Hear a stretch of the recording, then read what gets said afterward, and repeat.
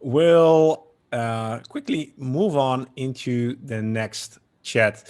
And I'm a little bit biased when it comes to the next speaker, because the last time I met him, we were probably at the best sushi bar in Cologne celebrating 25th year of the KISD. I think, if I remember correctly, it must have been somewhere last year. So I'm going to introduce you to Peter Hovat, who is one of the co-founders of the SDN chapter in Switzerland. He has also been a guest on the Service Design Show, episode 87, and then he had a different hairdo. So if you check that episode, don't be surprised if you see a different Peter.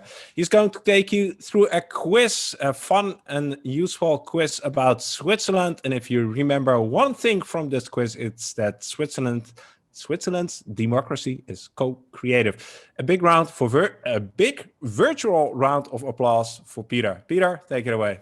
Thank you very much, Mark. Great introduction. You need to raise your volume a little bit. Okay. Let's see if this works better. Can you hear me better now? Still a bit quiet, at least on my end. Uh-oh. Yeah. Right. Let's see. This should. How about this without a headphone? Yes, for me, that's much better. Very good. Yeah. So I will share a mural board so that everyone can come with us on this journey. And I'll go to Brello and I will share it there in the stream, in the chat.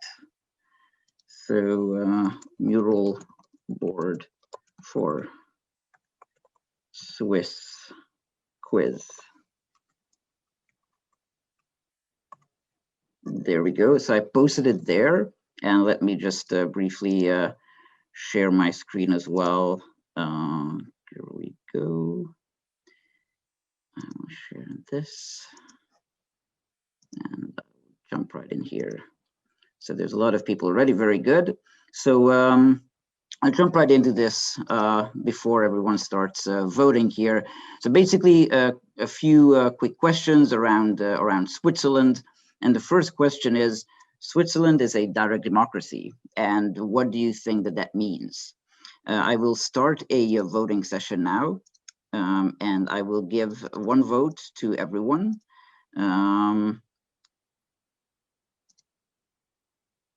So the voting is on, so you can now vote on question 1. What does direct democracy in Switzerland mean? Does it mean that citizens have a first and final say regarding laws and the constitution of the country?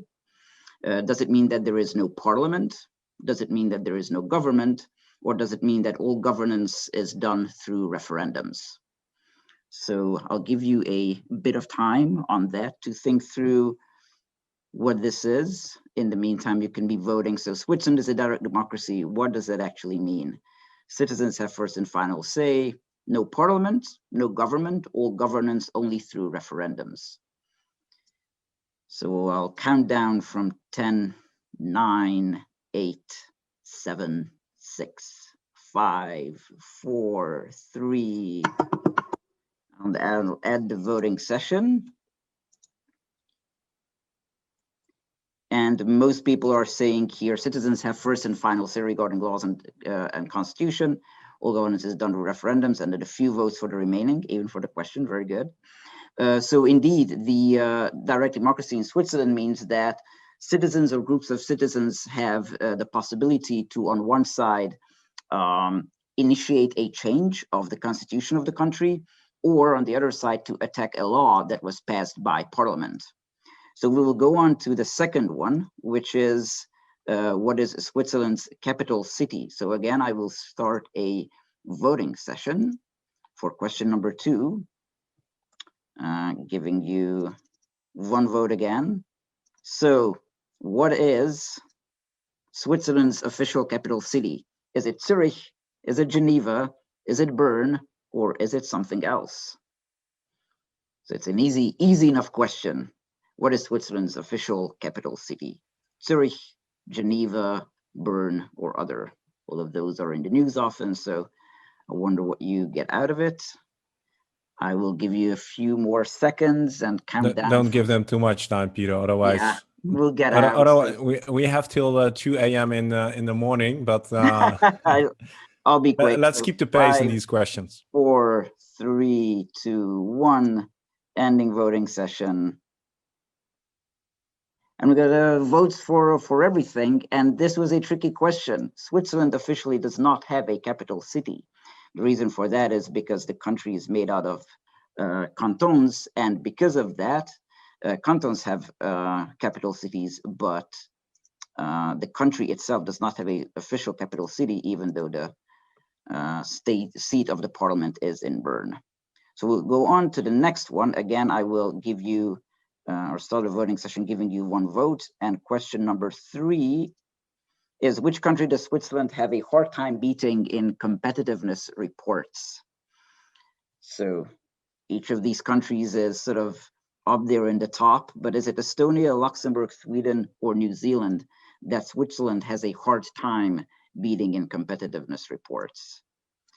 So 3, 2, 1, cast your votes and ending voting session. And indeed, so we have Sweden, Luxembourg, New Zealand, and Estonia in this order, and the country where we fight with the most is Sweden, indeed. The next question, and again, I will start a voting session. Number 4 is, which of these is an actual Swiss sustainability startup? Is it one that creates wind energy from flying a kite? Is it a startup that turns air pollution into stones? Is it a startup that does circular economy watches? Or is it a startup that does sustainable baby strollers? So 4 opportunities there to quick pick from which of these is an actual Swiss sustainability startup. And I will end the voting session in 3, 2, 1. And get for everyone. And we have a winner, sort of circular economy watches, and you would think that that is, you know, the good solution. And indeed, all 4 of these are Swiss sustainability startups. So sorry for the little trick there. But indeed, there is one that creates wind energy out of by flying a kite, and one that creates stones from air pollution. Getting to the next one, since when are women allowed to vote in Switzerland? Again, I will start a voting session for question number 5. So since when are women allowed to vote in Switzerland? Is it since 1913? Is it since 1991? Is it since 1971? Or is it since 1869? So since when are women allowed to vote in Switzerland? Options range from late 19th century to late 20th. So I'll give you a few seconds here. 3, 2, 1, and ending the voting session now. And it's so good to see that people think that it started in the late 19th century, but I'll be a bit disappointing you then when I say that it's actually 1971. So that is when in Switzerland, on an official country level, in every canton and in every territory, women got the right to vote. So Switzerland in that sense was a late arrival, but now there is a quite progressive view on expanding the voting rights. So on to number 6, we only have 2 left. The international typographic style is also known as the Swiss style. So why is that? Is it because the Swiss coordinated this effort? Is it because the Swiss invented it alone?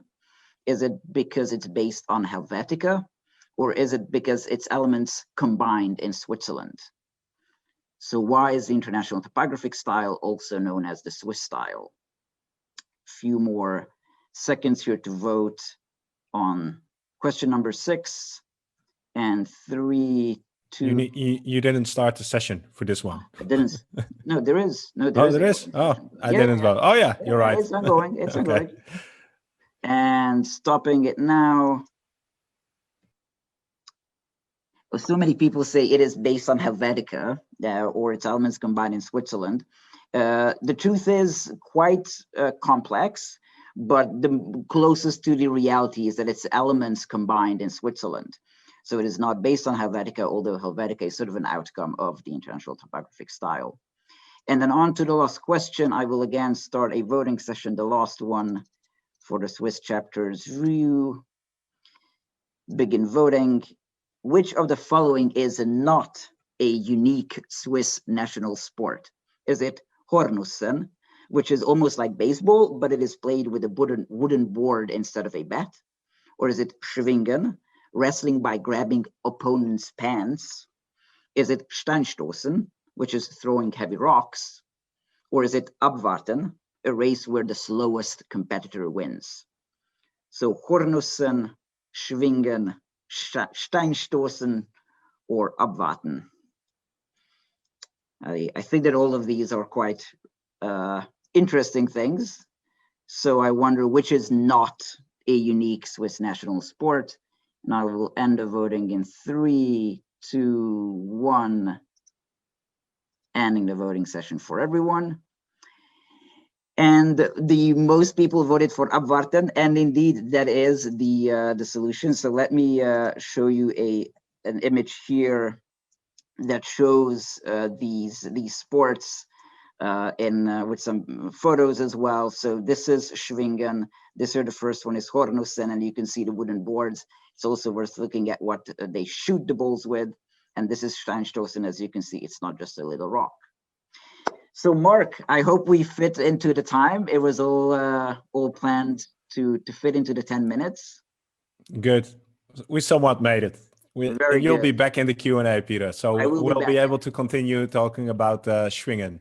Very good. Steinstoßen. Very good. I learned a lot about Switzerland in the last 10 minutes. Thank you for that, Peter.